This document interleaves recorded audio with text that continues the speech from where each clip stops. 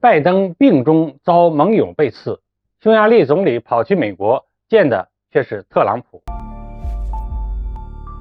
各位网友大家好，我是卢荣成，欢迎来到中成 Talk。 今天我们来聊一聊拜登新冠复阳，匈牙利总理却跑到美国与特朗普见面，这预示着什么呢？在中国有一句俗语叫种瓜得瓜，种豆得豆，这说明了种什么样的因就会得到什么样的果。在国与国之间的交往中也是一样，当一个国家不顾其他国家的利益，盲目采取一系列措施的时候，最终的后果只能是把自己孤立起来，朋友越来越少。对于拜登而言最近发生的事情把他推向了舆论的对立面。首先美国通胀高企，这让拜登在国内民众中的支持率屡创新低。其次欧盟跟随美国对俄罗斯实施制裁，导致欧盟内部逐渐分裂。最后拜登在佩洛西竄台一事上模棱两可，让中美关系接近冰点。这三件事情可以说无论是在国内还是在国际社会上，都让拜登处于被动地位。因此在这个时候，拜登新冠复阳或许就有一些战略性躲避的目的。但即便是如此拜登在病中还是遭遇到了盟友的背刺。据外媒报道匈牙利总理欧尔班前往美国，与美国前总统特朗普举行了会谈。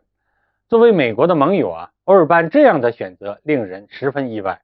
但如果仔细想想，其实欧尔班这样做也在意料之中。总结下来的话，两个原因。首先在制裁俄罗斯方面，在乌克兰战事爆发后在美国的带领下，美国西方发起了对俄罗斯的严厉制裁。当普京签署卢布结算令之后俄罗斯渐渐把局势稳定下来。在这个时候美国并没有顾及欧洲一众盟友的现实情况，继续选择对俄罗斯能源进行制裁。不得已欧盟也选择跟风美国，抵制俄罗斯能源。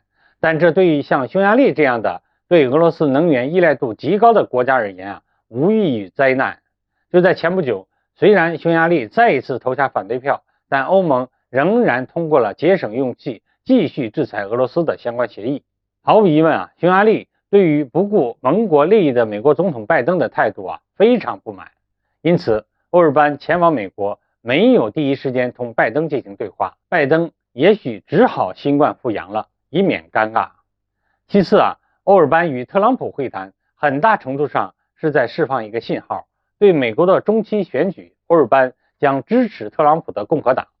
毕竟特朗普的态度基本上代表了共和党的态度，也对拜登的一系列政策极度不满，让欧尔班看到了美国可能改变对俄政策的希望。一旦特朗普的共和党赢得中期选举，美国将可能改变对俄政策，匈牙利很可能将从能源危机中解脱出来。而且值得一提的是在欧尔班参加匈牙利竞选时拜登当时就力挺他的反对派。